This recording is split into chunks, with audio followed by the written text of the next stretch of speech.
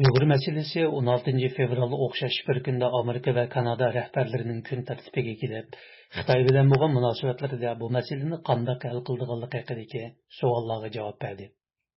Bu Uyghur meselesiga tunji qitim Shimoliy Amerikadagi bu ikki davlat oliy rahbarlarining o'xshash bir kunda ifoda bildirishidir.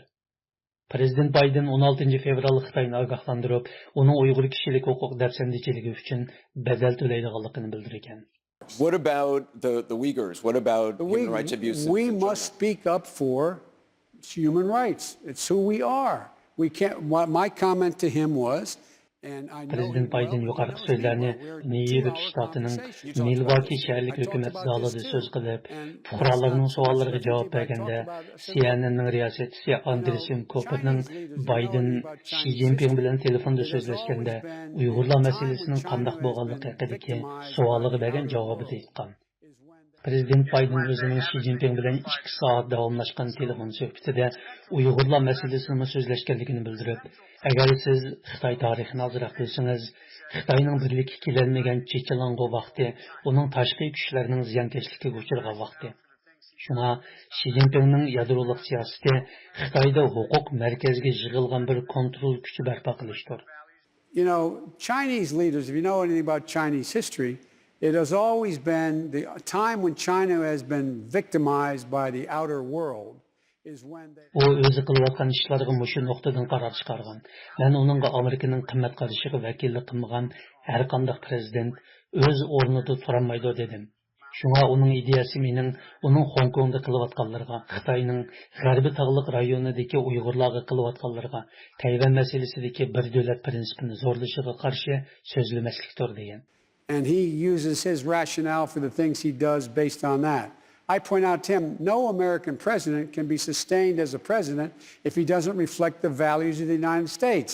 And so the idea, I'm not going to speak out against what he's doing in Hong Kong, what he's doing with the Uyghurs in western mountains of China and Taiwan. Biden'ın ta'kidlashicha, Xitoyning kishilik huquqni dafsanda qilishining bir bedeli bor ekan. U Xitoyning buning uchun bedel to'laydiganligini bildirgan. Well, there will be repercussions for China, and he knows that. What I'm doing is making clear that we in fact are going to continue. Buning Xitoy uchun bir bedeli bo'ladi. Xi Jinping mo buni biladi. Mening qilayotganim shuni aniq ifoda qilish. Ya'ni bizning kishilik huquq so'zchisi bo'lish jihatdagi rolimizni BDT va Xitoyning pozitsiyasiga ta'sir qila oladigan boshqa o'rinlarda davomlashtiradiganligimizni aniq ifodalash. Xitoy dunyoga yetakchi bo'lish, bu ataqqa erishish uchun qattiq tirishmoqda. Biroq ular buning uchun boshqa davlatlarning ishonchiga erishishi kerak.